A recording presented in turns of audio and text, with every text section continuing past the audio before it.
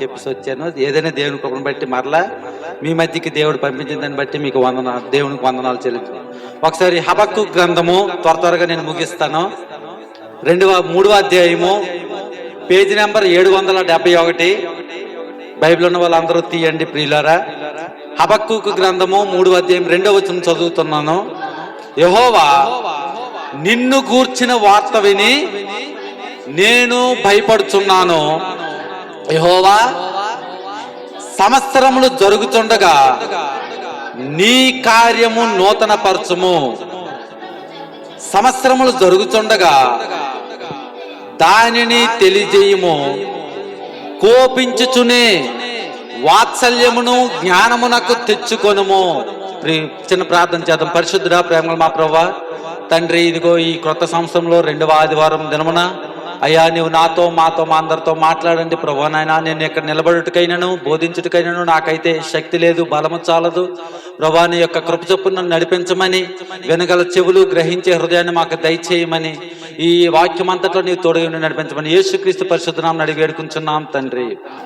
ప్రియులారా, ఇక్కడ హబక్కూకు అనే ప్రవక్త రాస్తున్నటువంటి మాట ఇది. సంవత్సరములు గతించిపోతున్నాయి, నూతన కార్యం మాకు దయచేయము అని. అంటే ఈ యొక్క ప్రార్థన ఎందుకు చేస్తా ఉన్నాడు అని మనం చూసుకుంటే ప్రియులారా, ఇశ్రాయేలీలు బబులోనుకు కొనిపోయిన కాలములో ఆ యొక్క భక్తుడు చేసిన ప్రార్థన ఇది. ఇశ్రాయేలు అందరూ బబులోను దేశంలో కొనుకోబడ్డారు. కొనుకోబడి బాధల చేత వ్యాధుల చేత వారు అంచవేయబడుతూ ఉన్నారు. అంచవేయబడుతూ ఉంటే అప్పుడు ఈ హబక్కూకు ప్రవక్త చేసినటువంటి ప్రార్థన ఇది. ఈ హబక్కూకులో ఎన్ని అధ్యాయాలు ఉన్నాయి తెలుసా? 3 అధ్యాయాలు మాత్రమే ఉన్నాయి. ఈ 3 అధ్యాయాలు మొత్తము ప్రార్థనే. మీరు క్లుప్తంగా దేవుని పరిశుద్ధాత్మ కావాలనుకుని మనం వాక్యం చదివితే కనిపిస్తుంది. అయ్యా మేము కష్టకాలంలో ఉన్నాం, వ్యాధన చెందుతూ ఉన్నాం, మనం చదవడానికి టైం లేదు. కానీ ఆది కాండంలోకి వెళ్తే అక్కడ 42 అధ్యాయంలో ఇదే మాట ఉంటుంది. ఒకసారి ఆ ఒక్క మాట చదువుకుందాం. నిర్గమాకాండము 2వ అధ్యాయము 23 నుంచి 24 చదువుకుందాం. నిర్గమాకాండము 2వ అధ్యాయము. అలాగున అనేక దినములు కలిగిన మీదట ఐగుప్తు రాజు చనిపోయెను. ఇశ్రాయేలీలు తాము చేయుచున్న వెట్టి పనులను బట్టి నిట్టూర్పులు విడుచుచు మొరపెట్టుచుండగా, వెట్టి పనులను బట్టి వారి పెట్టిన మొర దేవుని యొద్దకు చేరిన దేవుని స్తోత్రం. ప్రియులారా, అక్కడ హబక్కూకు చేసిన ప్రార్థన ఇక్కడదే.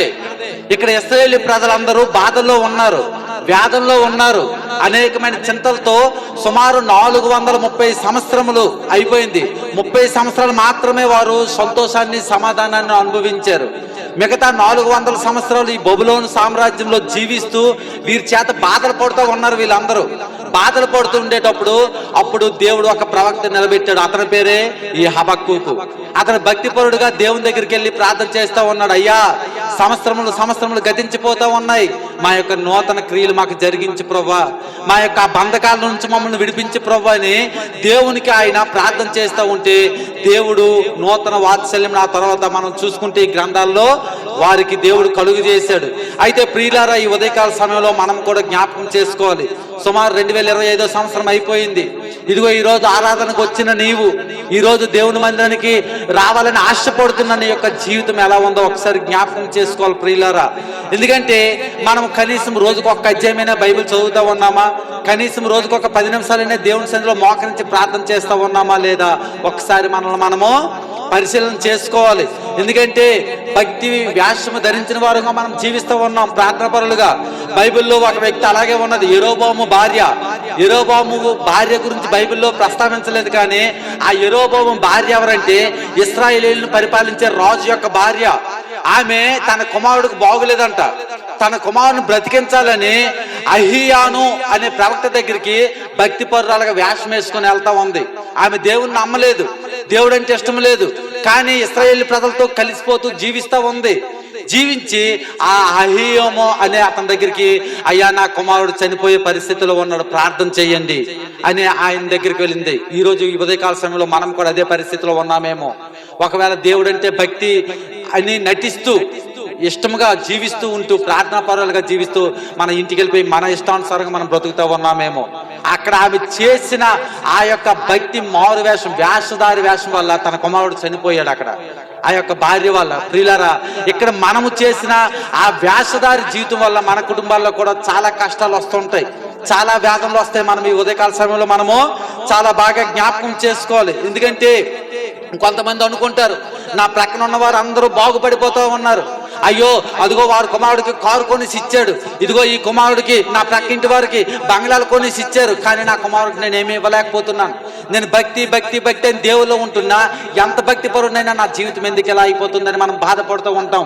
చాలా మంది మనలో బయట పడరు, కానీ లోపల ఉన్నది ఇదే చింత, ఇదే వేదన చాలా మందికి ఉంటుంది.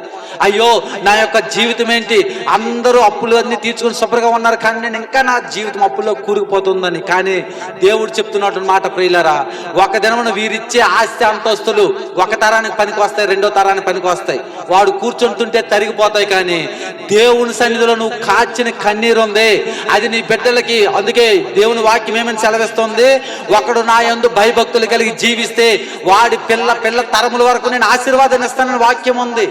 ఎందుకంటే మనము భయభక్తులు కలిగి దేవుని సన్నిధిలో ఎప్పుడు జీవించడం మొదలు పెడతారో, ఈ రోజు నీకు కష్టము నష్టము వేదన కలుగుతూ ఉండొచ్చు, కానీ ఒక రోజు వస్తుంది, ఆ రోజున వీరందరూ నాశనం అయిపోతారు. ఒక తరం రెండు తరాల వరకే వాళ్ళు చూస్తారేమో, కానీ మన దేవుడు సెలవిచ్చిన మాట ఏంటంట, మన పిల్ల తరముల వరకు దేవుడు మనకు ఆశీర్వదిస్తాడు. దేవుని స్తోత్రం. ఎందుకంటే చెడు వ్యసనాలు గుండా మనం వెళ్ళిపోతూ ఉన్నామేమో, ఒకవేళ లోక ఆశలు గుండా పరిగెడతా ఉన్నామేమో, లోకంలో ఉన్న వాటి కొరకు ప్రాకులాడుతూ ఉన్నామేమో. ప్రియులారా, ఈ ఉదయకాల సమయంలో మనము జ్ఞాపకం ఉంచుకోవాల్సింది, ఇవన్నీ నాకు అవసరం లేదు, నాకు నా దేవుడు ఉంటే చాలు.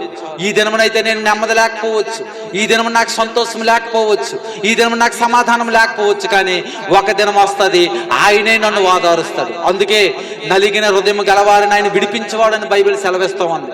నలిగిన హృదయం, అందుకే యెషయా భక్తుడు ఏమని చెప్తాడు, నలిగిన వాడిని విడిపించుటకు, బంధింపబడి వాడిని రక్షించుటకు, చెరలో ఉన్న వారిని బయటికి తెప్పించడానికి యేసుక్రీస్తు ప్రభు వారు వచ్చారు. ప్రియులారా, ఈ రోజు ఆ యేసుక్రీస్తు ప్రభు నీ కుటుంబంలో నీ హృదయంలోకి రావాలంటే నీవేం చేయాలో తెలుసా, ఆయన్ని వెదకాలి, ఆయన కొరకు నువ్వు నిలబడాలి. ఎందుకంటే నువ్వు ఎప్పుడైతే దేవునిలో ఎక్కువగా ఎదగటం మొదలు పెడతావో, నువ్వు దేవునిలో ఎక్కువగా ఉండటం మొదలు పెడతావో, అప్పుడే నీ కుటుంబంలో కష్టాలు వస్తాయి. ఇది నేను మామూలుగా చెప్పిన మాట కాదు, నేను అనుభవించాను కాబట్టి చెప్తా ఉన్నాను ప్రియులారా. ఎందుకంటే 2016లో నేను ఏడ్చాను, దేవుని దగ్గర ఏడ్చిన సందర్భాలు చాలా ఉన్నాయి.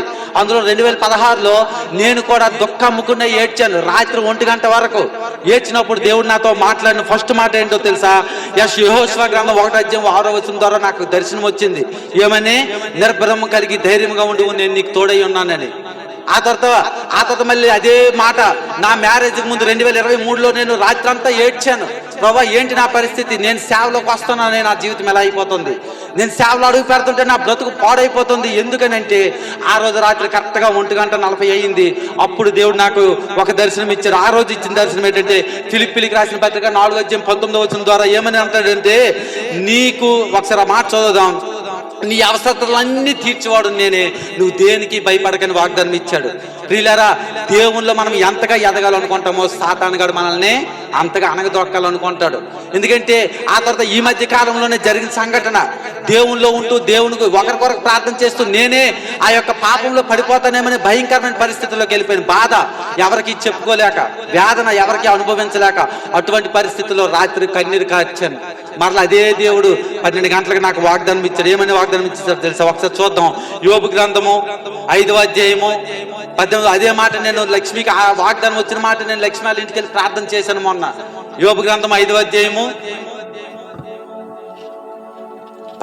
చదువుకుందాం. ఆయన గాయపరిచి గాయములను కట్టును, ఆయన గాయము చేయును, ఆయన చేసిన ఆయన చేతులు స్వస్థపరచు. ప్రియారు ఎక్కడ బాగా చెప్తా ఉన్నాడు దేవుడు, ఆయనే గాయపరుస్తాడంట. అంతేకాకుండా ఏమైనా ఉంది, ఆయనే గాయపరిచి గాయం కడతాడు. ఎందుకు ఆయన గాయపరుస్తాడంటే, అయ్యో నా కుమారుడు ఇదిగో నా యందు విశ్వాసంతో బ్రతుకుతా ఉన్నాడు, మరలా పాపం వైపు చూస్తా ఉన్నాడు. అయ్యో నా కుమార్తె నా యందు భయభక్తులు కలిగి జీవించింది, అదిగో మరలా పాపంలో దిగజారిపోతా ఉంది. అటువంటి వ్యక్తిని నేను విడవకూడదు. అటువంటి వ్యక్తి మరలా నా దగ్గరికి రావాలంటే ప్రియులారా, మనుష్యుడు సుఖానికి అలవాటు పడిపోయిన వాడు. వాడికి అవసరతలు లేనప్పుడు, వాడికి సంతోషంగా జీవితం సాగిస్తున్నప్పుడు దేవుడు అవసరం లేదు వాడికి. దేవుడు వద్దని ప్రార్థన విడిచిపెడతాడు. దేవుడు నాకు అవసరం లేదని శత్రు సమూహమైన ఆ యొక్క స్నేహితులతో తిరుగుతాడు. ప్రియులరా, తిరిగి వాడి జీవితాన్ని నాశనం చేసుకుంటాడు. మరలా ఎప్పుడు దేవుడు కావాలో తెలుసా? ఏ వ్యక్తి మనసు అయితే బాధపడతాదో, ఏ వ్యక్తి మనసు అయితే భయంతో ఆరాధన చెందుతాదో, అయ్యో నన్ను ఓదార్చేవారు ఎవరు, అయ్యో నన్ను నడిపించేవారు ఎవరు, అయ్యో నన్ను రక్షించేవారు ఎవరని ఎప్పుడైతే ఒక వ్యక్తి మనసు కొట్టుకుంటుందో ఆ వ్యక్తి మాత్రమే దేవుని దగ్గరికి రాగలడు. ప్రియులరా, ఇక ఎవ్వరు నిన్ను ఎంతగా నువ్వు ఒక భక్తిహీనుడివైనా నిన్ను మార్చలేని ఆశపడుతున్నాను. నేను మార్చలేను, ఈ యొక్క సేవకులు మార్చలేదు, సంఘంలో ఉన్నవారు ఎవరు మార్చలేరు. కానీ దేవుడే మార్చాలనుకునేటప్పుడు నీకేం చేస్తాడో తెలుసా? నీకు దెబ్బ కొడతాడంట. అదే ప్రియులరా, ఆయన గాయపరిచి ఆయన గాయంను కొట్టును, ఆయన గాయము చేయును, ఆయన చేతులే స్వస్థపరచును. ఆ తర్వాత మాట చాలా బాగుంటుంది. ఏమనంటే, 6 బాధల్లో నుండి ఆయన నిన్ను విడిపించును, 7 బాధలు కలిగినను నీకు ఏ కీడు తగలదంట. నోటి మాటల చేత కలుగు నొప్పి కూడా నీకు కలగకుండా దేవుడు చేస్తాడంట. ప్రియులరా, ఆ విధంగా నువ్వు జీవించాలంటే నువ్వేం చేయాలో తెలుసా? సర్వశక్తి కలిగిన దేవుణ్ణి వెతకాలి, కన్నీరు కార్చాలి. కన్నీరుతో ఆయన దగ్గర పాదముల చెంత చేర్చి, అయ్యా నన్ను విడిపించాలంటే నీవు తప్ప నాకెవరు లేరు, నన్ను విడిపించాలంటే నీవు తప్ప నాకెవరూ లేరు. ఈ పండగ సమయం కొత్త సంవత్సరం అయిపోయింది. అందుకే భక్తుడు హబక్కూకు చెప్తా ఉన్నాడు, నూతన సంవత్సరములు జరుగుతూ ఉన్నాయి, నా యొక్క క్రియలు లయపరచని చెప్తా ఉన్నాడు. ప్రియులరా, నీవు కూడా అదే ప్రార్థన చెయ్యాలి. ఎన్నో సంవత్సరాలు నువ్వు ఇచ్చేవి ఆయుష్ వందనం, కానీ నా బ్రతుకు బాగులేదు, అయ్యా బాగు చేస్తావా, అయ్యా ఈ ఉదయకాల సమయంలో నేను మొర పెడతా ఉన్నాను, నన్ను విడిపిస్తావని మనము దేవుని సన్నిధిలో అడగాలి.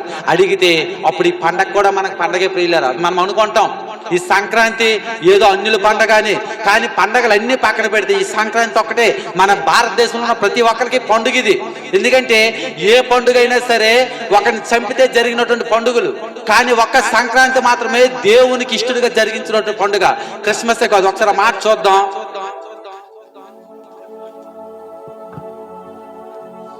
నిర్గమకాండము 23వ అధ్యాయం చూద్దాం. ఈ పండగ గురించి చెప్తాను ప్రియులారా, నేను అది రెఫరెన్స్ రాసుకోలేదు, అందుకని నిర్గమకాండం 23వ అధ్యాయం 16వ వచనం చదువుకుందాం. చూడండి చాలా జాగ్రత్తగా. నీవు పొలములో విత్తిన నీ వ్యవసాయంలో తొలి పంట యొక్క కోత పండుగను, పొలములో నుండి నీ వ్యవసాయ ఫలములను నీవు కూర్చుకుని తర్వాత సంవత్సరాంతమందు ఫల సంగ్రహపు పండుగను ఆచరించవలెను. ప్రియులారా, సంవత్సరం అంతా నువ్వు కష్టపడుతూ ఉన్నావు, సంవత్సరం అంతా దేవుని ఆ యొక్క పొలంలో పంటను విత్తుతా ఉన్నావు, దానికి వచ్చిన ఫలసాయాన్ని నువ్వు కూర్చుకోనంట నువ్వు పండగ జరుపుకోవాలంట. ప్రియులారా, ఆ యొక్క పండగ అంటే అర్థం ఏంటి ప్రియులారా? పండగ అంటే మహిమ కావాలి, విశ్వాసులమైన మనం దేవునికి మహిమకరంగా జీవించాలి. ఇంకోటి పండగ అంటే ప్రేమ చూపించాలి, తోటి బంధువుల్ని స్నేహితులను అందరిని పిలుచుకొని అందరము సంతోషంతో సమాధానంతో మెలగాలి. ఇక పండుగ అంటే ఏంటంటే కృతజ్ఞతతో మనం జీవించాలి. మనకు కలిగింది దేవునికి ఇవ్వటం, మనకు కలిగింది మన పక్కవారికి పేదవారికి మనము ఇవ్వటమే. దేవుడే చెప్పాడు ప్రియులారా, ఈ పండగ ఏదో అన్యుల పండగ నేను చేయకూడదు, ఏదో అన్యుల పండగ నేను ఆచరించకూడదని దేవుడు చెప్పట్లేదు. ఈ యొక్క పండగ గురించి ఏమన్నా ఉంది? నీ పొలంలో విత్తిన నీ వ్యవసాయ తొలి పంట యొక్క కోత పండుగను నీవు సంవత్సరాంతర ఫలగ్రహ పండుగను నువ్వు ఆచరించాలి. ఇదే మాట ఇంకొక దగ్గర ఉంది. ద్వితీయోపదేశకాండము 16వ అధ్యాయము, ద్వితీయోపదేశకాండం 16 9-10 వచనాలు చదువుకుందాం. 7 వారములను నీవు లెక్కింపవలను, పంట చేని పైని కొడవలి మొదట వేసినది మొదలుకొని 7 వారములను లెక్కించి నీ దేవుడైన యెహోవాకు వారముల పండుగను ఆచరించుటకై నీ చేతనైనంత స్వేచ్ఛార్పణమును సిద్ధపరచును. అప్పుడు నీ దేవుడైన యెహోవా నిన్ను ఆశీర్వదించిన కొద్ది నువ్వు దేవునికి ఇవ్వాలి ప్రియులారా. ఈ సంవత్సరం అంతా నువ్వు కష్టపడుతున్నావు, పంటకు కూర్చుకుంటున్నావు, కానీ ఆ పంటలోని దేవుడు నీకు ఇచ్చిన ఆశీర్వాదం కొద్ది నువ్వు దేవునికి ఇస్తే దేవుడు నీకు ఖచ్చితంగా ఆశీర్వదిస్తాడు. కనుక ఇదేదో పండుగ మనం చేయకూడదని మనం అనుకోకూడదు. మనం కూడా అందరిని పిలవాలి, అందులో నీ దేవుని క్రైస్తవ ప్రేమని వ్యక్తపరచాలి, క్రైస్తవుల ప్రేమను బయటపరచాలి. అయ్యో క్రైస్తవులు ఎలా ఉంటారా, క్రైస్తవులు ఎలా ప్రేమిస్తారా, క్రైస్తవులు ఎలా మనతో సంభాషణ కలిగి జీవిస్తారనేది నీ నోటి మాటల చేత దేవుడు మనల్ని అన్యజనుల మధ్యన హెచ్చిస్తాడు ప్రియులారా. కనుక ఈ కొత్త సంవత్సరంలో మనము ఈ 2వ వారంలో మనం నేర్చుకోవాల్సింది మొట్టమొదటి ఏంటి ప్రియులారా? మనం మొట్టమొదటిగా మన యొక్క బ్రతుకులు మార్చుకొని దేవుని సన్నిధిలో కన్నీరు కార్చాలి. రెండోది, వ్యాధంలోను కష్టంలోను ఎక్కడున్నా సరే మనము దేవునికి ఇష్టలుగా బ్రతికితే మనకి ఒకవేళ నువ్వు తోటకపోతే ఆయన నీకు గాయపరుస్తాడు. దాన్ని బట్టి నువ్వు కలత చెందొద్దు. ఒకవేళ ఆ గాయం తర్వాత నీకు 6 బాధల నుంచైనా 7 బాధల నుంచైనా ఆయన విడిపిస్తాడు. ఇక ఆఖరిగా మనం చూసుకుంటే దేవునిపై మనము ఆధారపడాలి. ఆధారపడిన తర్వాత మనం సుఖ సంతోషాలతో అందరం ఈ పండుగను కూడా మనం ఆచరించుకోవాలి. దేవుడి చిన్న మాటలు దీవించును గాక. Thank you. చాలా సమయము మనకి దొరికిపోయిన ప్రియులరా. మరి సమయంలో మన మధ్యలో ఉన్నటువంటి